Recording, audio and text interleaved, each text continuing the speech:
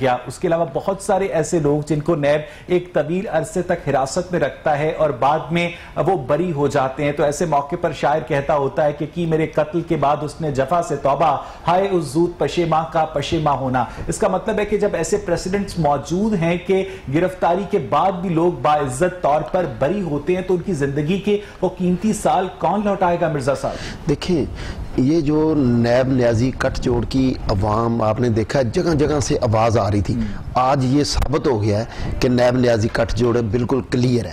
کیونکہ میاں شہباز شریف صاحب دے وکیل بار بار کہتے رہے ہیں کہ میاں شہباز شریف کی کیا ضرورت ہے, میاں شہباز شریف صاحب کے جسم کی ضرورت ہے, لیکن انہوں نے کوئی ایسا پروف نہیں دیا. ہمیں ضرورت ہے وہ بعد میں بتائیں گے. بھائی میاں صاحب پہلے بھی 60 دن ان کے پاس رہے ہیں. اگر یہ جرم کوئی تازہ تو نہیں ہے, اگر یہ جرم پہلے تھا تو اس وقت انویسٹیگیشن کرتے, لیکن اس وقت نہیں ہوئی. دیکھیں, یا تو تازہ جرم ہوتا ہے کہ اگر ایک ڈکیٹی میں کوئی اندر گیا ہے یا کسی چوری میں گیا ہے, دوبارہ آ کر اس نے چوری کی ہے, اسے دوبارہ سزا دے. اگر پولیس کے پاس 1 کیس 2 کیس جتنے بھی ہیں وہ کٹھے چلتے ہیں, لیکن نیب کے میرا خیال ہے جو شیخ رشید کی آواز آتی ہے اسے میرا خیال ہے شاید کوئی خواب آتا ہے. میری بات سنیں, خواب آتا ہے. میاں شہباز شریف صاحب کی اس نے 1 ماہ پہلے ہی بتا دیا تھا کہ یہ بھی جیل جائے گا, اسے کوئی خواب آتا ہے وہ پورا ہو جاتا ہے. اب ان کا اتنا سیاسی تجربہ بھی ہو چکا ہے. ندیم بارہ صاحب کے پاس بھی میں آتا ہوں, لیکن اس وقت میرے پاس ٹیلی فون لائن پر بیرسٹر عامر حسن صاحب موجود ہیں, پاکستان پیپلز پارٹی کو ریپرزینٹ کرتے ہیں. بیرسٹر صاحب بہت بہت شکریہ آپ کے قیمتی وقت کے لیے. آج جس طرح سے آصف علی زرداری پر فرد جرم عائد کی گئی, آج جس طرح سے فریال تالپور پہ فرد جرم عائد کی گئی, شہباز شریف کو گرفتار کیا گیا, مولانا فضل الرحمان کے اوپر انکوائری سٹارٹ ہو چکی ہیں, آپ سمجھتے ہیں کہ اس وقت پاکستان میں اپوزیشن کو پولیٹیکل وچ ہنٹنگ کا نشانہ بنایا جا رہا ہے؟ بہت شکریہ جی. صرف میں نہیں سمجھتا کہ سپریم کورٹ آف پاکستان اپنے فیصلوں میں قرار دے چکی ہے کہ نیب کا کام صرف اور صرف وچ ہنٹنگ ہے, آرم ٹویسٹنگ ہے, اور اپوزیشن کا بازو مروڑتے ہیں یہ.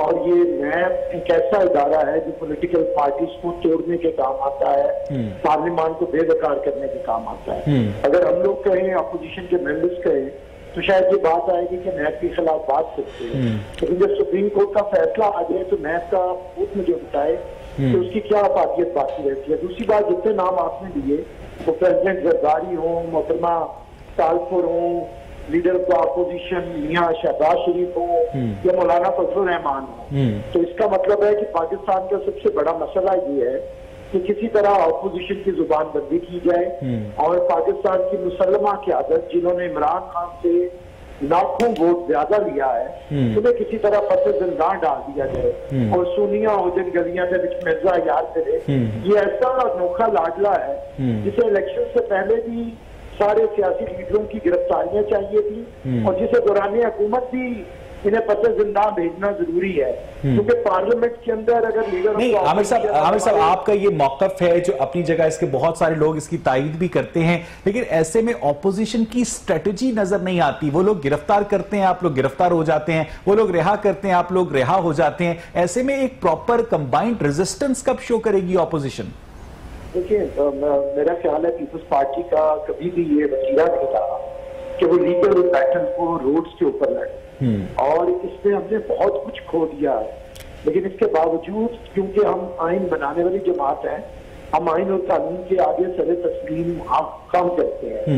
وہ بھٹو شہید کی پھانسی ہو, اب محترمہ بے نظیر بھٹو کے شہادت کے کیس کے جو اسیسینیشن کا کیس ہے, اس میں تمام مجرموں کو جو ملزمان تھے انہیں بری کر دیا گیا ہوا ہے, اور جو پولیس افسر پیش نہیں ہوتے یا آخری پیشی میں نہیں آئے. پریزیڈنٹ آصف علی زرداری نے 12 سال, ابھی آپ اپنی سوال میں کہہ رہے تھے کہ کوئی لوگوں کا جو 1.5 سال ضائع ہوتا ہے, آصف علی زرداری کے جوانی کے 12 سال جیلوں میں گزر گئے.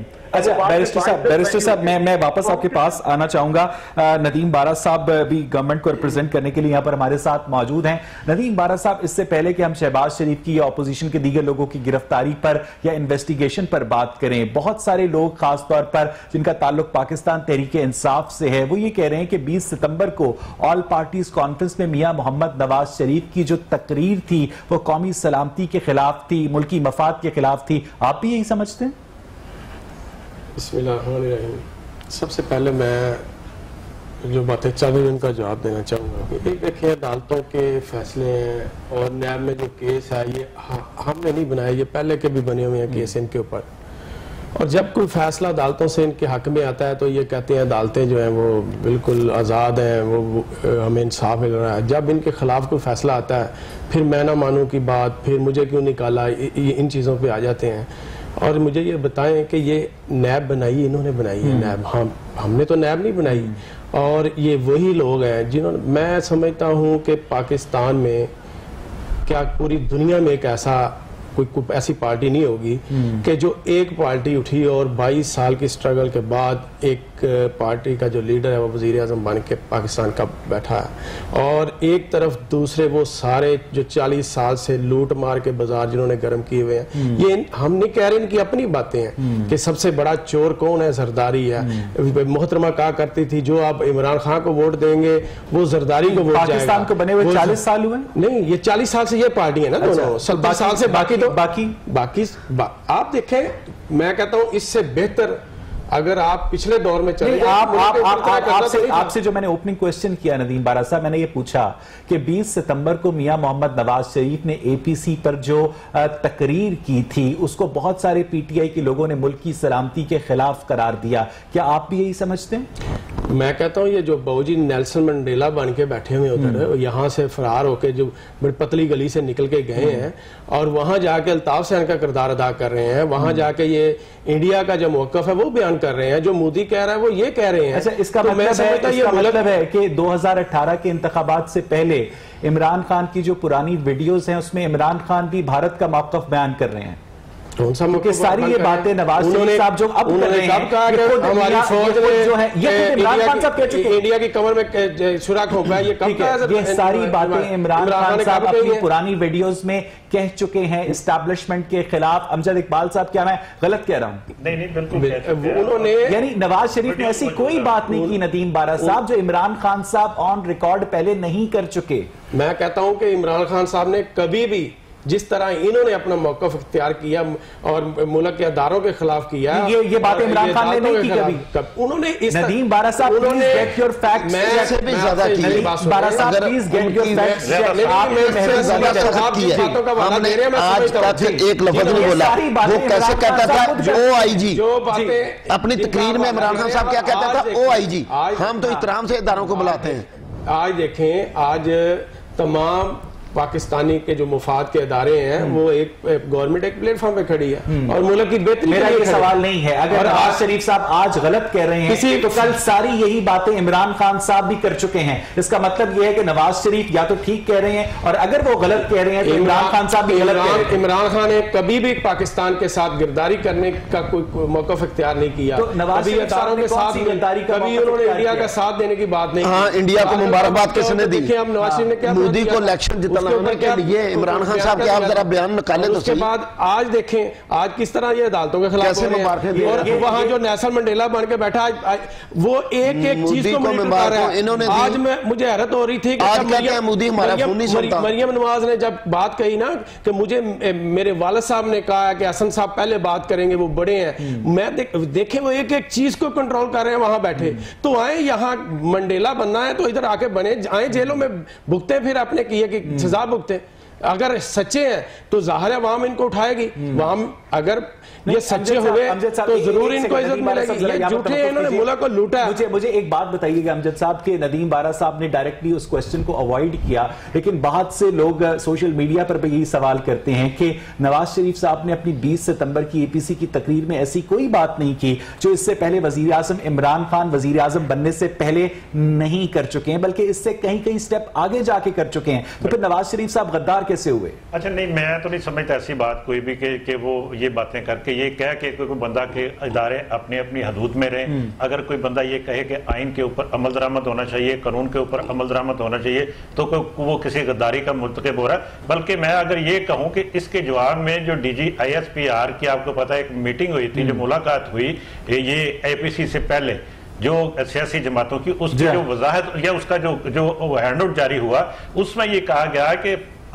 فوج نے سیاسی قیادت کو یہ کہا کہ جو عدالتوں کے معاملات ہیں عدالتیں جانے، جو سیاسی معاملات ہیں وہ سیاستدان جانے، جو پارلیمنٹ کے معاملات ہیں پارلیمنٹ جانے.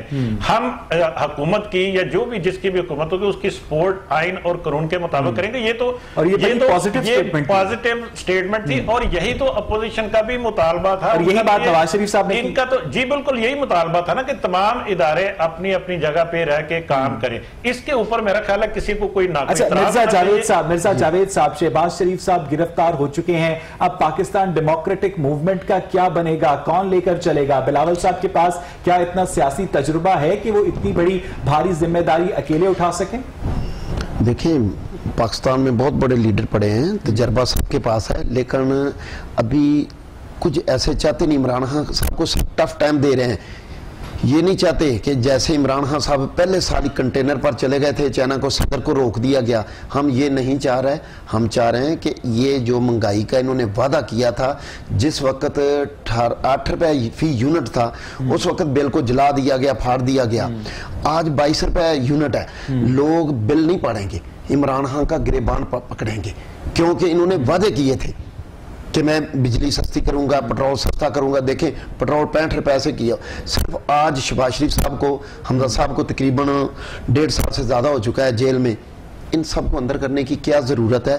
عوام کی جو مہنگائی کی طرف 2 دن پہلے آپ نے دیکھا ہے دوائیوں کا ریٹ کیسے بڑھا ہے. صرف عوام کی توجہ ہٹانا چاہتے ہیں. ہم چاہتے ہیں کہ مسلم لیگ نون کے ساتھ جیسا ظلم چاہتے ہیں یہ کر لیں، لیکن جو عوام سے وعدے کیے ہیں اپنے وعدے پورے کریں. یہ نہ ہو کہ اب عوام کی توجہ ہٹا دیں. آپ نے لنگر خانے بنا دیے، یہاں آئیں لنگر کھائیں. بھائی اس وقت عوام کو لنگر کھانے کی ضرورت نہیں ہے، کارخانوں کی ضرورت ہے. برائے مہربانی کر کے آپ ملک میں کارخانے لگائیں. میں مرزا صاحب واپس آپ کے پاس آتا ہوں. بیرسٹر عامر حسن صاحب آپ مجھے سن سکتے ہیں؟ جی سر. عامر حسن صاحب یہ کہیے گا کہ پیپلز پارٹی بھی اس بات کا اعادہ کر چکی ہے کہ گلگت بلتستان کے الیکشن سے پہلے یہ ایک پری پول ریگنگ کے زمرے میں آتا ہے. یہی بات احسن اقبال صاحب نے بھی کی. آپ حالانکہ شہباز شریف کی جو ٹون ہے وہ کافی سافٹ ہوتی ہے اور اس سے زیادہ جو بیٹر ٹون کے لوگ ہیں وہ اس وقت آزاد گھوم رہے ہیں، اور جو سافٹر ٹون کے لوگ ہیں انہیں اگر گرفتار کر لیا گیا ہے تو اپوزیشن کے اوپر یہ دباؤ بڑھانے کا ٹیکٹک ہے بیرسٹر صاحب؟ دیکھیے اپوزیشن ان کا دباؤ برداشت نہیں کرے گی کسی قسم کا، اور ہمیں کوئی بھی سے گھبرانے کی ضرورت نہیں ہے. لیکن ایک بات ہے کہ سافٹ اسپوکن لوگ اس حکومت کو سوٹ نہیں کرتے ہیں. اس حکومت کی جتنی زبانیں ہیں، جتنے اس کے ریپرزینٹیٹیوز ہیں، جتنے ان کے ترجمان ہیں، وہ سارے عمرانی ہیں. کنٹینر کے تربیت یافتہ، بد زبان، گاڑیاں بکنے میں ان کا کوئی ثانی نہیں، نقلیں اتارنا مسخروں کی طرح ان کا کام ہے. اب جتنے ان کے لیے پرائم منسٹر سے لے کے جتنے ان کے اسپوکس پرسن ہیں، تو میں سمجھتا ہوں اسی طرح انہیں ہوش مند آوازیں سوٹ نہیں کرتی. لیکن بات یہ ہے کہ ہم نے میں تھوڑی سی بات ٹوک رہا ہوں. میرے نعیم صاحب میں اس کے بعد آپ کے پاس ہی آ رہا ہوں. آپ کے پاس آ رہے ہیں. جی جو چیزیں سوٹ کرتی ہیں ان کو جائیں گے، یا جو چیزیں ملک کو سوٹ کرتی ہیں اس کی طرف جائیں گے. ملک کو ضرورت ہے پولیٹیکل سٹیبلٹی کی، اور پولیٹیکل سٹیبلٹی کے بغیر یہاں پہ اکنامک سٹیبلٹی نہیں آ سکتی. لیکن اگر آپ پاکستان کی ساری مسلمہ سیاسی قیادت کو جیلوں میں ڈالیں گے، پارلیمان کے اندر لیڈر آف دا اپوزیشن جو ہیں نیشنل اسمبلی میں انہیں اریسٹ کریں گے، جو پنجاب اسمبلی میں لیڈر آف دا اپوزیشن ہے وہ 1.5 سال سے آپ کی قید میں ہے، جو سابقہ لیڈر آف دا اپوزیشن ہے سید خورشید شاہ وہ 1 سال سے قید میں ہے. تو اس کا مطلب ہے آپ پارلیمان کی آواز بند کریں گے جب آپ نہیں. عامر صاحب آپ کی باتیں ٹھیک ہے، لیکن لوگ یہ سوال کرتے ہیں تو لیکن آپ لوگوں نے جو حکومت کو بہت سارے آئینی اور قانونی معاملات میں پارلیمنٹ کے اندر سپورٹ کیا، ایسے بھی معاملات پر سپورٹ کیا جس میں انسانی حقوق کے اوپر بھی آواز اٹھائی گئی، تو بدلے میں اس سپورٹ کے بدلے آپ لوگوں نے کچھ حاصل ہی نہیں کیا. دیکھیں ہم نے جتنا بھی کیا، جتنی قانون سازی ہم نے کی ہے، وہ فاٹا سے لے کے زینب الارض بل ہو، وہ ملک کی اور ریاست کی ضرورت تھی. اور ہم لوگ ذمہ دار پارٹیاں ہیں، ہم کوئی سلیکٹڈ نہیں ہیں گلی سے بچونگڑے پکڑ کے اور بٹھا دیے اور گورنمنٹ کو انویزیبل فورسز کر رہی ہیں اور یہ کٹ پتلیاں آگے دکھا دی گئی ہیں. ہم لوگ پاکستان کی سالمیت کے ضامن ہیں. ہم نے اس پاکستان کو آئین دے کے انٹرنل سیکیورٹی دی ہے اور ایکٹیو پروگرام دے کے ایکسٹرنل سیکیورٹی دی ہے. اب ان کٹ پتلیوں اور مسخروں کی وجہ سے ہم ملکی سالمیت سے تو نان سیریس ایٹیٹیوڈ نہیں رکھ سکتے ہیں.